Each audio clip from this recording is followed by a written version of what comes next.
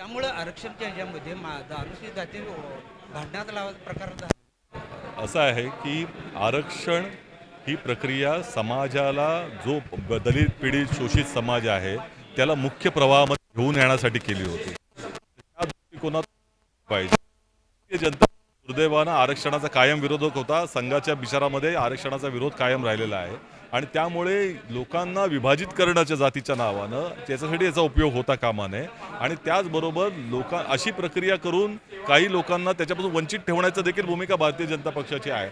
त्याने ह्या सगळ्या दृष्टिकोनातलाच आमचा विरोध आहे की तो ह्या गोष्टीकडे समाजाच्या विकासासाठी पाहिलं पाहिजे, न केवळ राजकीय कारणासाठी पाहिलं पाहिजे. हे लोक राजकीय दृष्टिकोनातून पाहतात. राजर्षी शाहू महाराजांचा जिल्हा आणि राजर्षी शाहू महाराजांनी पहिलं आरक्षण द्यायचं काम केलं.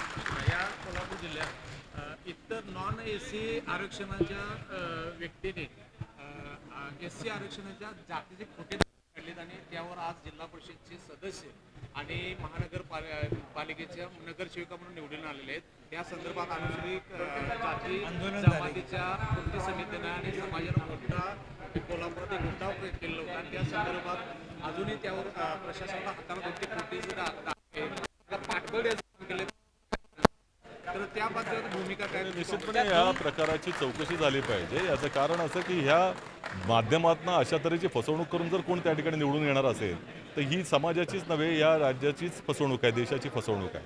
त्यामुळे मला असं वाटतं की या संदर्भामध्ये निश्चितपणे त्याची चौकशी झाली पाहिजे, त्या मुळाशी गेलं पाहिजे. आणि हे काही कसे दाखले आले, हे काय रॅकेट आहे का? एके ठिकाणी ते किरीट सोमय्या जाऊन बर्थ सर्टिफिकेट जे आहेत ह्यांच्या सरकारने दिलेले शोधतायत, हे का नाही शोधत आहेत? हाही त्या ठिकाणी मुद्दा.